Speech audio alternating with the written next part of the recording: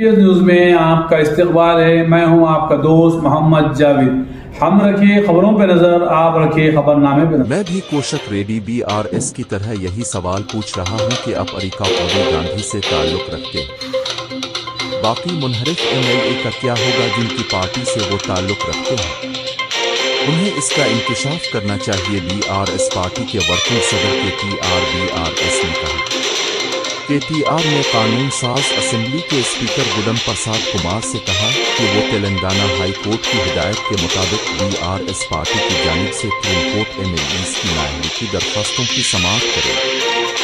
उन्होंने ये भी वाज़ेह किया कि हैदराबाद में कोई इलाकाई एहसास नहीं है। ये हमारे गुज़िश्ता एक दहाई के दौर हुकूमत में झलकता है।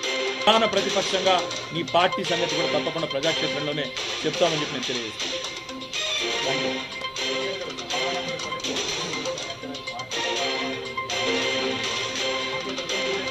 మళ్ళీ అదే చెప్తాను. రేవంత్ రెడ్డి అనే ఒక పనికిమాలిన నాయకుడు, పనికిమాలిన ముఖ్యమంత్రి 10 ఏళ్ళు తెలంగాణ ఎంత ప్రశాంతంగా, హైదరాబాద్ ఎంత ప్రశాంతంగా ఉందో మీ కళ్ళతో మీరే చూస్తారు. అందుకే హైదరాబాద్ ప్రజలు మాకు కడుపు నిండా ఆశీర్వదించి ఒక్క సీటు కూడా కాంగ్రెస్ పార్టీకి ఇవ్వకుండా అఖండమైన తీర్పు ఇచ్చారు.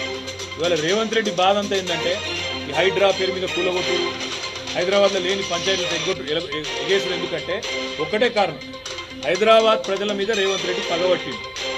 నాకు ఒక్క ఓటు వేయలే, ఒక్క సీటు ఇవ్వలే, నన్ను పనికిమాలిన వాడని చెప్పి హైదరాబాద్ ప్రజలు భావించిండ్రు అని చెప్పి పగబట్టి ఇవాళ లేని పంచాయతీలు పెట్టి ఒక చిల్లర మల్లర ప్రయత్నం చేస్తూ ఉన్నాడు.